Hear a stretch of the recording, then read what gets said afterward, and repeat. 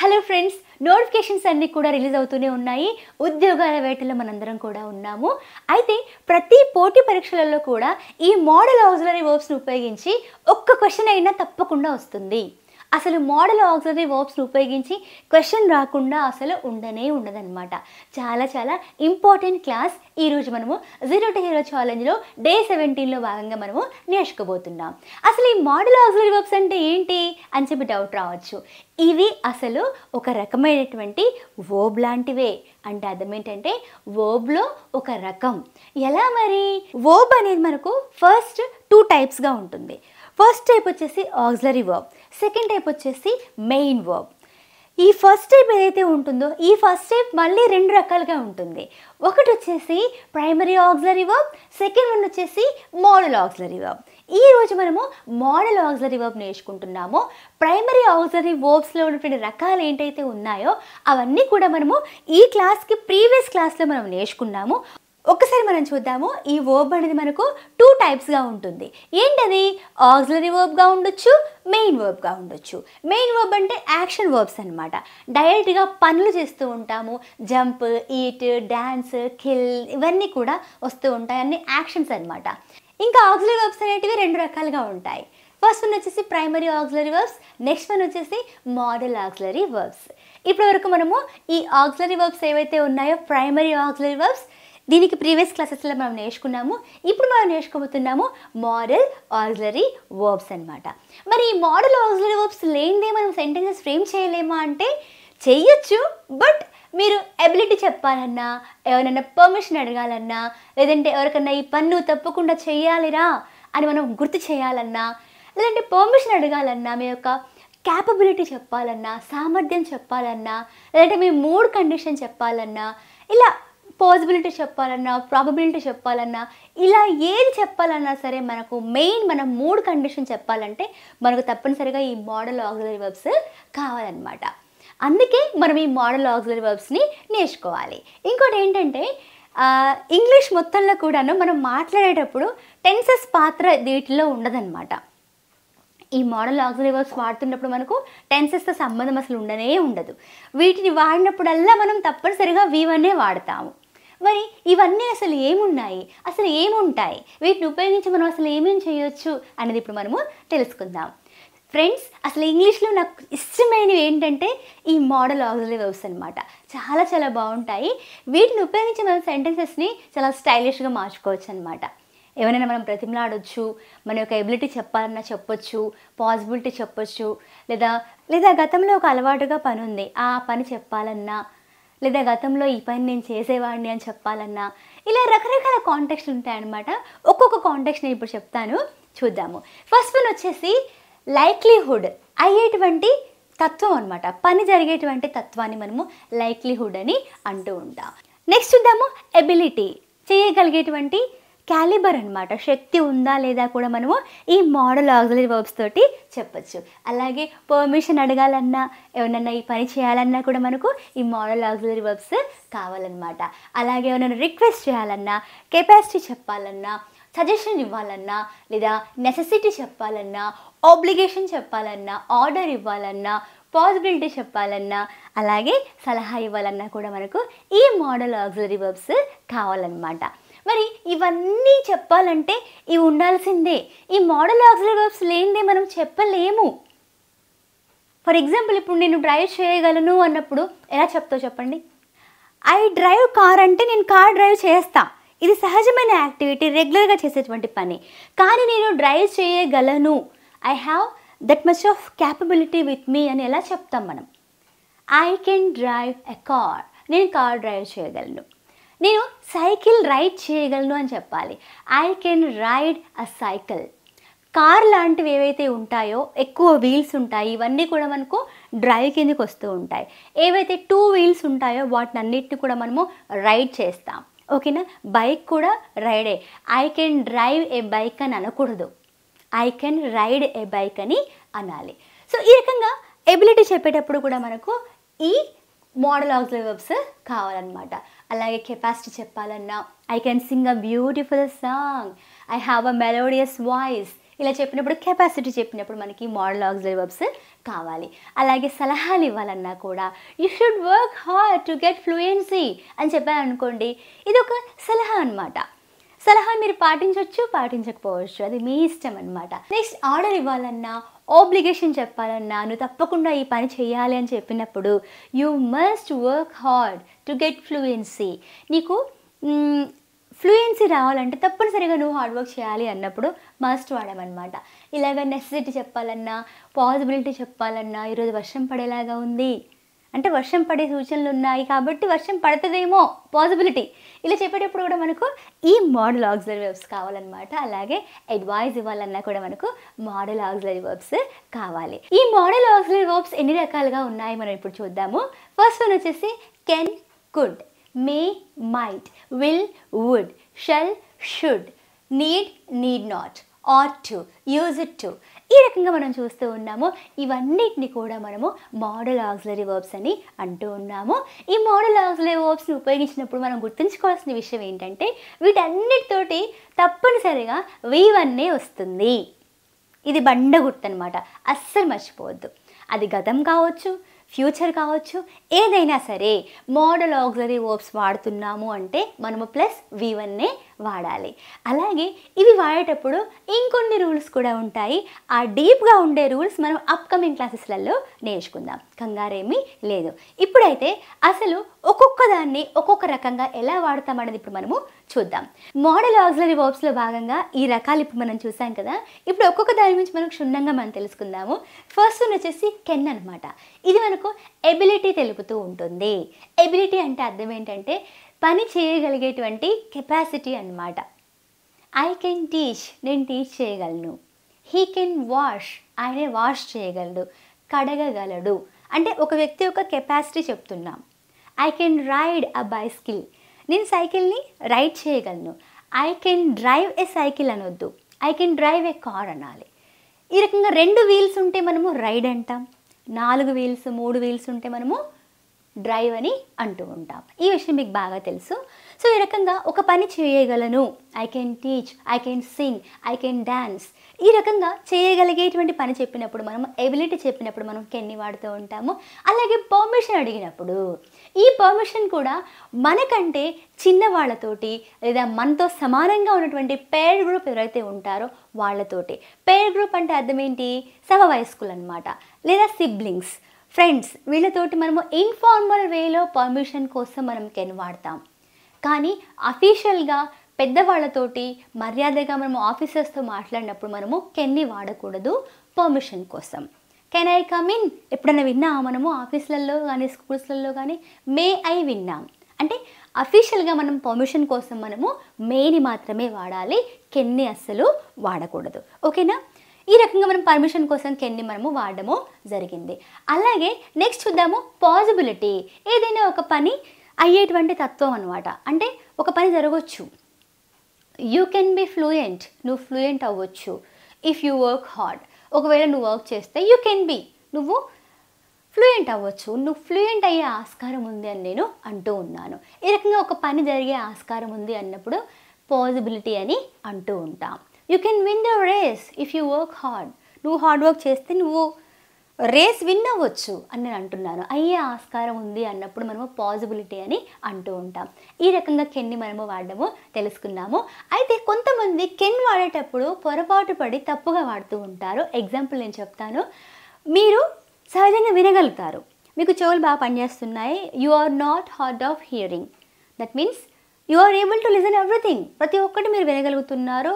You don't have any ear problem in your ears. మీ చెవులలో ఎటువంటి ప్రాబ్లం లేదు, మీకు చెవులు బాగా వినబడతాయి.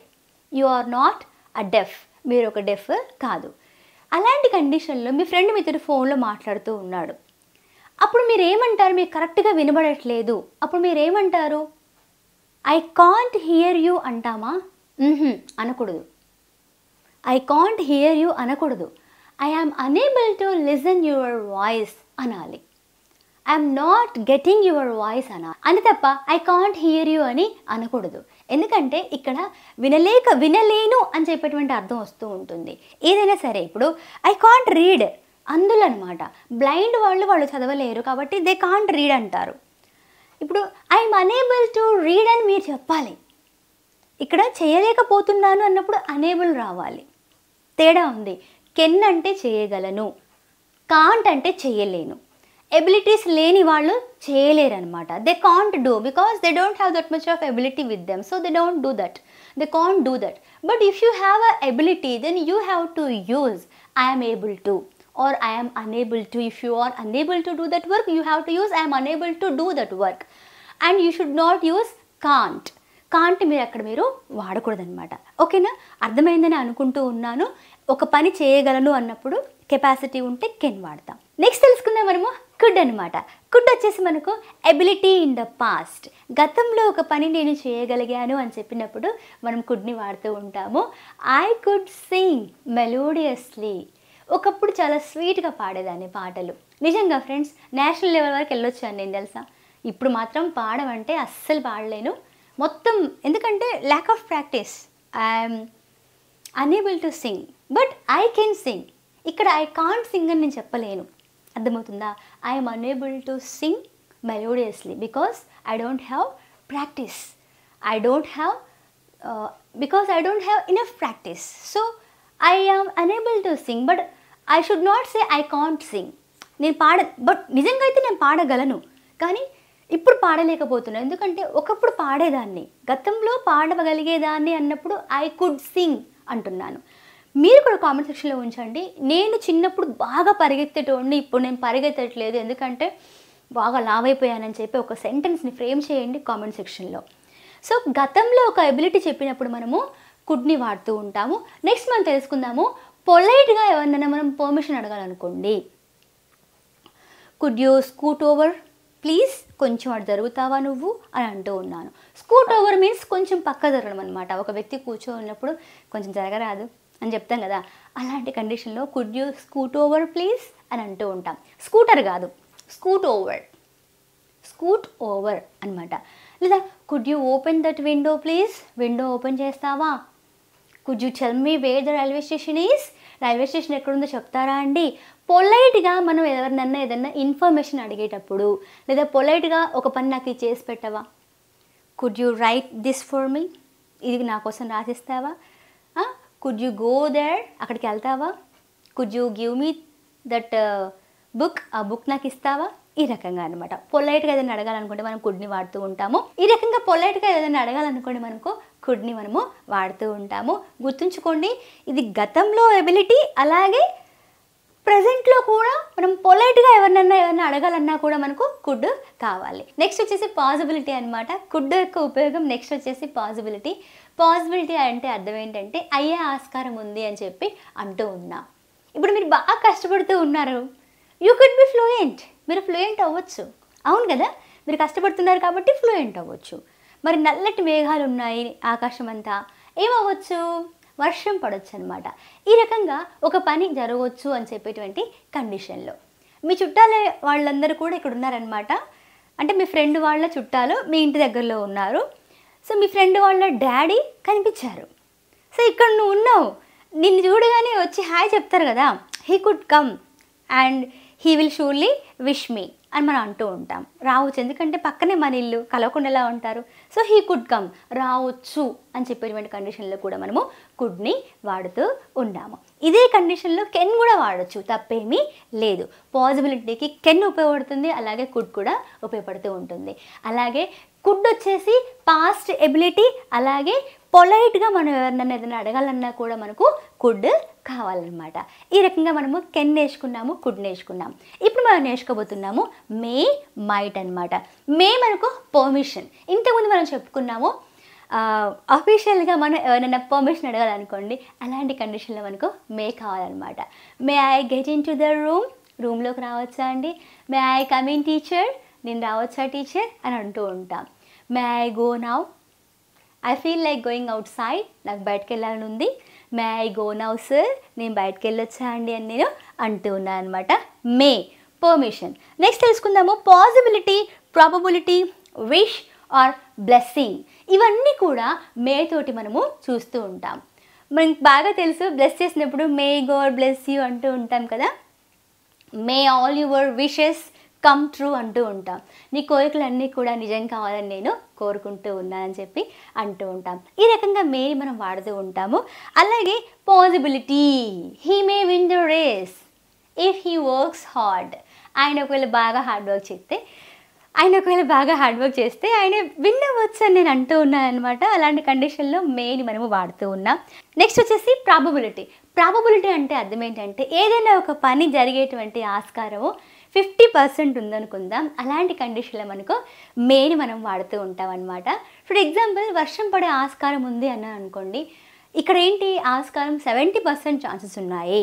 ఒక పని జరిగే ఆస్కారం ఉంది ఎక్కువ శాతం అన్నప్పుడు మనం మేకి వెళ్ళిపోతాం. ఒక పని జరిగే ఆస్కారం తక్కువగా ఉంది అన్నప్పుడు మనం మైట్కి వెళ్ళిపోతాం. ఇట్ మైట్ రెయిన్, వర్షం పడవచ్చు అంటే ఎంత పర్సెంట్?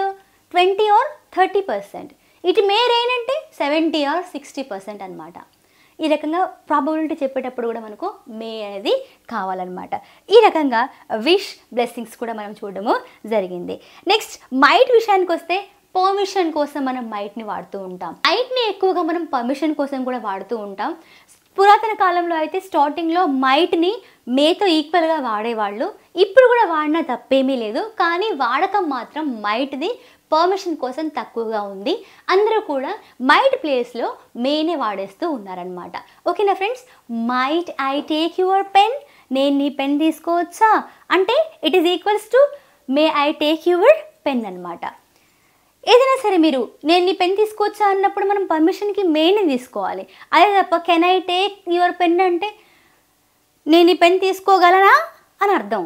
నువ్వు తీసుకోగలవో లేదో నీకు తెలుసు, నాకేం తెలుసు. కాబట్టి మేనే వాడండి పర్మిషన్ కోసం. ఓకేనా ఫ్రెండ్స్?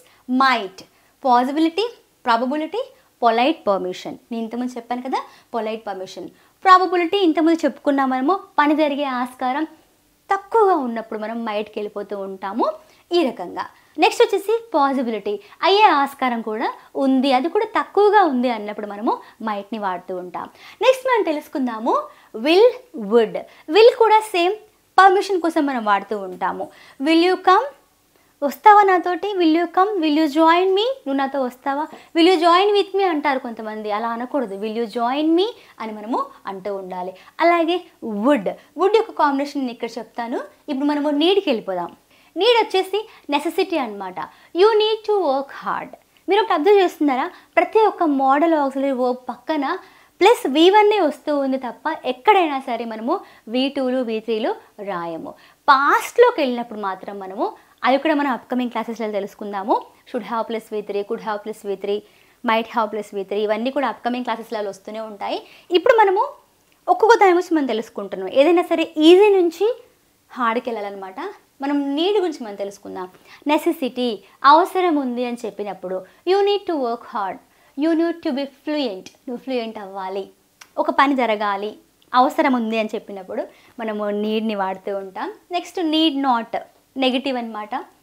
ఆబ్సెన్స్ ఆఫ్ ఆబ్లిగేషన్, అవసరం ఏం లేదు. You need not to work hard because you are already born with golden spoon, but it's not correct thing. Even though you were born with golden spoon, you have to work hard to get your own identity. నీకంటూ ఒక identity రావాలంటే తప్పనిసరిగా నువ్వు hard work చేయాలి. So need not, అవసరం లేదు. We need not to buy tomatoes because we have already so many in our రిఫ్రిజిరేటర్లో చాలా ఉన్నాయి, మళ్ళీ ఇంకెందుకు కొనడం అని చెప్పి అనేటువంటి కండిషన్లో మనం నీడ్ నాట్ని వాడుతూ ఉంటాం. నెక్స్ట్ వచ్చేసి షుడ్ అనమాట. షుడ్ వచ్చేసి ఏదైనా ఒక పని, షుడ్ కానీ ఆట్ కానీ ఒక అడ్వైజ్ అనమాట. అంటే అర్థం ఏంటంటే ఒక పని చేస్తే బాగుంటుంది నీకు, you should work hard, you should go now, you should stop smoking, ఇవన్నీ కూడా సలహాలు ఇస్తూ ఉంటాం. అవతల వ్యక్తి పాటించినా పాటించకపోయినా మనకు సంబంధం లేదు. బట్ మనం ఒక సలహా అయితే ఆయనకి ఇస్తాం, అరే బై నువ్వు ఇది చేస్తే నీకు మంచిది అని చెప్తాం. అది షుడ్ అనమాట. ఈ షుడ్ కంటే ఇంకొంచెం గట్టిగా చెప్పాలనుకోండి, you must, you have to, you must stop smoking, you must work hard to get fluency అని మనము అంటూ ఉంటాం అనమాట. ఓకేనా ఫ్రెండ్స్? షుడ్ వచ్చేసి సలహా, గుర్తుంచుకోండి. షుడ్ సలహా, స షు గుర్తుంచుకోవచ్చు. నెక్స్ట్ ఆట్, ఇది కూడా సేమ్ షుడ్ లాగానే మనకు మోరల్గా ఒక డ్యూటీ మనం చెప్తున్నాం అనుకోండి ఎవరికైనా. మనం మోరల్గా డ్యూటీస్ చెప్తూ ఉంటాం. సహజంగా మనం చేసేటువంటి పనులు, ఈ పనులు అందరూ చేయాలన్నమాట. ఎందుకంటే ఇలాంటి పనులు మనం చేయకపోతే నలుగురు మనల్ని తిడతారు. ఇప్పుడు నేషనల్ యాంథమ్ వినిపించింది అనుకోండి, సడన్గా మనం లేచి నిల్చుంటాం, అవునా కాదా?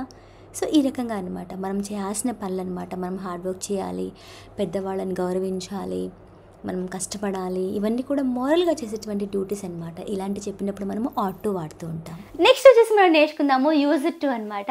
యూజ్ ఇట్ టు చాలా స్పెషల్గా ఉంటుంది, ఇది నాకు బాగా ఇష్టం. ఈ యూజ్ ఇట్ టు గురించి మనం తెలుసుకుందాము, అలాగే వుడ్ గురించి కూడా మనం తెలుసుకుందాము. ఈ వుడ్తో పాటు విల్ గురించి కూడా మనం తెలుసుకుందాము. ఫస్ట్ వచ్చేసి యూజ్ ఇట్ టు. గతంలో ఒక పని రొటీన్గా చేసేటోళ్ళం అనమాట, కానీ ఇప్పుడు ఆ పని మనం చేయట్లే. ఒకప్పుడు మాత్రం అదే పనిగా ఇక కంటిన్యూగా గతంలో ఒకటే అలవాటుగా మనం చేసేవాళ్ళం ఒక పని.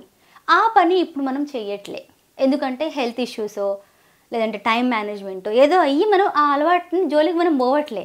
కానీ ఒకప్పుడు మాత్రం అదే పనిగా మనం చేస్తాము. అలాంటి పనులు చెప్పినప్పుడు మనకు యూజ్ ఇట్ టు కావాలన్నమాట.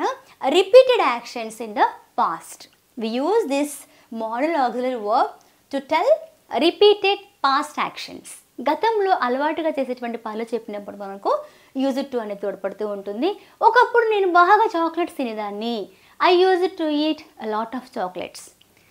ఇప్పుడు నేను తినను, but now I know longer eat chocolates because I'm on diet. ఇప్పుడు డైట్లో ఉన్నాను. లేదంటే I use it to waste my valuable time when I was younger.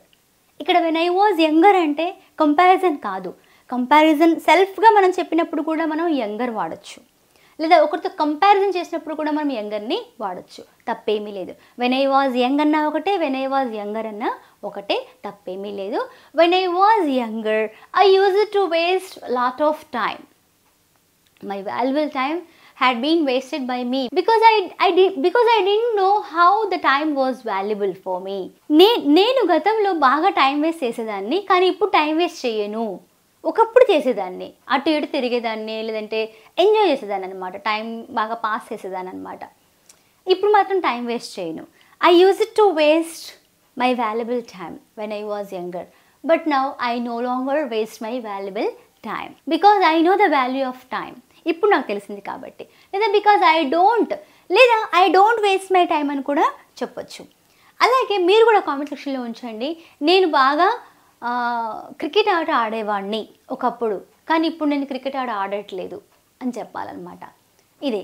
లేదంటే ఇంకో సెంటెన్స్ కూడా మీరు రాయొచ్చు, నేను బాగా స్మోకింగ్ చేసేవాడిని ఒకప్పుడు, కానీ ఇప్పుడు నేను స్మోకింగ్ చేయట్లేదని చెప్పాలి. ఎలా చెప్తారు? కామెంట్ సెక్షన్లో యూజ్ ఇట్ టు ఉపయోగించి మీరు చెప్పండి. గుర్తుంచుకోండి, యాక్షన్స్ చెప్పినప్పుడు మాత్రం మనము యూజ్ ఇట్ టుని వాడుతూ ఉన్నాము.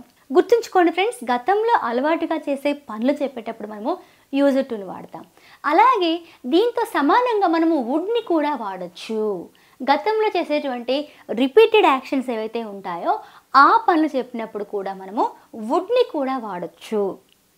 కానీ ఎప్పుడైతే మనము స్టేట్ కండిషన్స్ చెప్తామో అలాంటి కండిషన్లో మాత్రం మనం మళ్ళీ యూజ్ ఇట్ టుకే వెళ్ళిపోతూ ఉంటాం.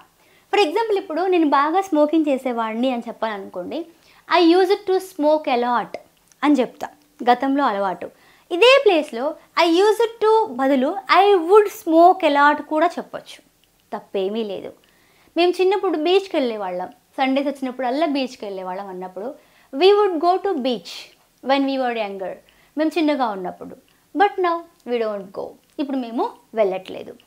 ఇక్కడ కూడా సేమ్ మనం వాడుకోవచ్చు. కానీ ఈ డబ్ల్యూ అంటే డబ్ల్యూ వర్క్, కేవలం యాక్షన్ చెప్పినప్పుడు మాత్రమే మనము ఈ వుడ్ని వాడతాం. స్టేట్ చెప్తూ ఉంటాం, మన స్థితిలో చెప్తూ ఉంటాం. ఎగ్జాంపుల్ మనం చూద్దాము. My friend use it to be polite. ఇది కరెక్ట్, ఇట్లాగే రాయాలి. ఇది జస్ట్ పొలైట్గా ఉండేవాడు, ఇక్కడ యాక్షన్ కాదు, ఆయన స్టేట్ చెప్తున్నాం.